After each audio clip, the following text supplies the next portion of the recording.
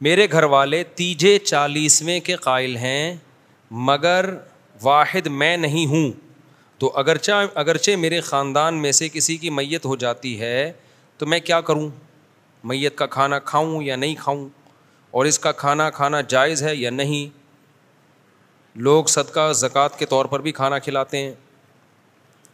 آپ کے ہاں جب کسی کی میت ہو جائے تو آپ تعزیت کے لیے جائیں، اگر آپ سفر کر کے گئے ہیں، بھوک لگی ہوئی ہے آپ کو اور اس دوران کھانا آ جائے تو کھا لیں، آپ کھانے کا ٹائم ہو، اور اگر ایسا نہیں ہے تو تعزیت کریں، 3 دعائیں دیں ان کو، اعظم اللہ اجرک و احسن عزاءک و غفر لمیتک، یہ 3 دعائیں صحیح حدیث سے ثابت ہیں۔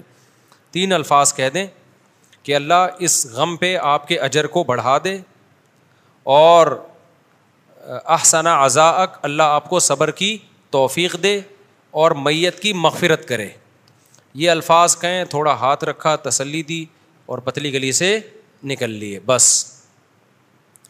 ہاں کھانے کا ٹائم تھا، بھوک لگ رہی تھی، اور سفر بھی، گھر بھی قریب نہیں ہے۔ بعض دفعہ ہمارے ایک رشتہ دار کا ملیر میں انتقال ہو گیا، تو اب وہاں ملیر میں آدمی اتنی دور جائے، بھوک لگ رہی ہو، پھر ہم کفن دفن میں بھی تھے، جنازہ پڑھ کے دفن دے کے آئے، تو مجھے لگ رہا تھا اگلا جنازہ ہمارا ہوگا اگر ہمیں کھانا نہیں ملا۔ تو ان لوگوں نے، کہیں اڑوس پڑوس والوں نے جو بھی میت کے لواحقین آئے ہوئے تھے ان کے لیے کھانے کا انتظام کر لیا۔ تو یہ ضرورت ہے، اس کا میت والا کھانا یہ کھانا نہیں کہلائے گا۔ دور سے رشتہ دار آئے ہوئے ہوتے ہیں نا میت کو دفنانے کے لیے، تو میت کے گھر والوں کو نہیں چاہیے بلکہ اڑوس پڑوس والوں کو چاہیے ان دور کے رشتہ داروں کے لیے کھانا پکا دیں۔ یہ میت کے ایصال ثواب والا کھانا نہیں ہوتا، یہ کھانا ہوتا ہے جو اتنی دور سے بیچارے آئے ہیں، ان کا کیا جرم ہے؟ انہوں نے تھوڑی مارا ہے کہ ان سے کھانا چھین رہے ہو آپ، وہ تو زندہ ہے نا، ان کو کھلاؤ، ٹھیک ہے نا۔ وہ ایک بھاری آدمی کا انتقال ہو گیا تو کوئی اس کو کندھا ہی نہیں دے رہا، وہ بہت بیچارہ وزنی تھا، چارپائی اتنی بھاری تھی۔ تو اب وہ میت کا بیٹا کہتا ہے یار کندھا، تو جس کو بولتا ہے وہ کہتا ہے ہم نے تھوڑی مارا ہے، ہم نے تھوڑی مارا ہے جو ہم کندھا دلوا رہے ہیں بھائی۔ تو اب یہ ہوتا ہے کہ وہ بیچارے تعزیت کے لیے آئے دور دور سے، کہیں جا نہیں سکتے، اتنا بڑا کراؤڈ کہیں ہوٹل میں بھی نہیں جا سکتا، تو اڑوس پڑوس کے ذمے ہے کہ وہ میت والوں کے کھانے کا بھی انتظام کریں اور ان کے جو ریلیٹیو ملنے کے لیے آئے ہوئے ہیں ان کے لیے کھانے کا بھی انتظام کریں۔ تو یہ اس میں کوئی حرج نہیں ہے۔ لیکن یہ جو تیجے 40ویں کے نام پہ یا میت کے ثواب، ایصال ثواب کے نام پہ جو دیگیں پک رہی ہوتی ہیں، یہ بدعت ہے۔ اس لیے کہ کھانا پکانا، کھانا کھلانا یہ خوشیوں کے موقع پہ ہے، یہ غموں کے موقع پہ نہیں ہے، کوئی سینس ہی نہیں بنتی اس کی۔ سمجھتے ہو کہ نہیں سمجھتے ہو؟ میں پھر سنا دوں، نئے نئے لوگ آتے ہیں، پرانا واقعہ ہے، بہت دفعہ ایک آدمی اسی طرح اس نے یہ بدعتیں چھوڑ دیں، اس کے ابا کا انتقال ہوا، ایک تو میرا گلا بہت بیٹھ گیا یار، اس کے ابا کا انتقال ہوا، اس نے کہا نہ میں تیجا کروں گا نہ میں 40واں، میں لوگوں کو کھانا نہیں کھلاؤں گا۔ لوگوں نے فوراً کہہ دیا وہاں بڑا مر گیا مردود، نہ فاتحہ نہ درود، کوئی فاتحہ واتحہ دلوا نہیں رہا ہے، مردود۔ اس کو اتنے تانے دیے، یہ بیچارہ شرمندہ ہو گیا کہ یار چلو اب کرتا ہوں، کھلاتا ہوں۔ تیجے پہ اس نے سارے لوگوں کو اکٹھا کر لیا، چلو جی آ جاؤ بھائی، سب لوگ آ گئے۔ اس کو افسوس تھا اپنے باپ کے مرنے کا، غم بہت تھا اس کو، اس کا دل نہیں چاہ رہا تھا کہ لوگوں کو مرغا کھلائے۔ اب آپ کو پتا ہے تیجے پہ دال وال کوئی نہیں کھلاتا، پکتے مرغے ہی ہیں، اور عجیب بات ہے تیجے 40ویں کا کھانا مزے کا بہت ہوتا ہے۔ ہم بچپن میں کھاتے تھے، اللہ معاف فرمائے، توبہ کر لی ہم نے، ہمیں اس وقت کیا صحیح غلط کا، ہمارے گھر میں کبھی نہیں ہوئے تیجے 40ویں کے کھانے، ہمارے والد صاحب تو بہت خلاف تھے ان چیزوں کے، والد بھی، دادی تو ہماری کھاتی نہیں تھیں مردوں کے کھانے، وہ کہتی پتہ نہیں یہ لوگوں کے پیٹ میں اترتے کیسے ہیں مردوں کے کھانے۔ تو مظاہر علوم سے تعلق تھا نا، دیوبند کا مدرسہ اور مظاہر علوم قریب قریب تھے، تو ان میں یہ اثرات آئے ہوئے تھے کہ تیجے 40ویں یہ کھانے نہیں کھانے ہیں۔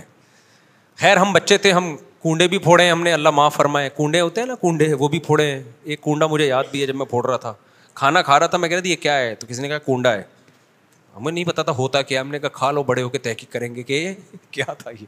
اچھا خیر، تو اس نے کیا کیا، دیگ پکوا کے لوگوں کو بٹھا دیا، مرغے بوٹیاں، لوگوں نے ایک دم لیگ پیس نکالے اور قریب جیسے ہی لے کر گئے ہیں، اس نے کہا 1 منٹ میری بات سن لو کائنڈلی ایک دفعہ، اس نے کہا جب یہ اکٹھے ہوئے ہیں ان کو شرم نہیں آ رہی تو کھائیں، لیکن کچھ شرم تو دلاؤ نا ان کو۔ اس نے کہا ایک دن اسٹاپ. سب رک گئے نا, یہاں اسٹائل دیکھ رہے ہیں, یہاں کے رک گئے. اس نے کہا بھائی دیکھو بات یہ ہے کہ میرے باپ کا انتقال ہو گیا, میں غم سے مرا جا رہا ہوں, خدا کی قسم میرے منہ میں خشک نوالا نہیں اتر رہا, اور تم لوگ میرے گھر میں مرغے کھانے کے لیے آئے ہو, تمہیں شرم نہیں آتی؟ چلو بسم اللہ کرو. دوبارہ ایک دفعہ میں یہ مزہ نہیں آتا, ایک دفعہ میں مزہ نہیں آتا. اس نے کہا میرے باپ کا انتقال ہو گیا ہے, غم سے میرے منہ میں خشک نوالا نہیں اتر رہا, اور تم لوگ میرے ہی گھر پہ مرغے کھانے کے لیے آ گئے ہو, تمہیں شرم نہیں آتی؟ چلو بسم اللہ کرو. لوگوں نے کہا کمبخت, تو نے ہمیں بسم اللہ کے قابل چھوڑا کہاں ہے؟ اس نے کہا کھلا رہے ہو تو آر تو دلاؤ نا. ہمارے حضرت مفتی رشید احمد صاحب رحمہ اللہ تعالیٰ فرمایا کرتے تھے, پرانا زمانہ تھا, لوگوں کو غیرت آ گئی. اب اگر آپ کہیں نا تم مردوں کی میت کے گھر مردے کا کھانا کھانے آ گئے ہو, تمہیں شرم نہیں آتی؟ لوگ کہیں گے نہیں آتی, بسم اللہ کر کے پھر بھی کھائیں گے.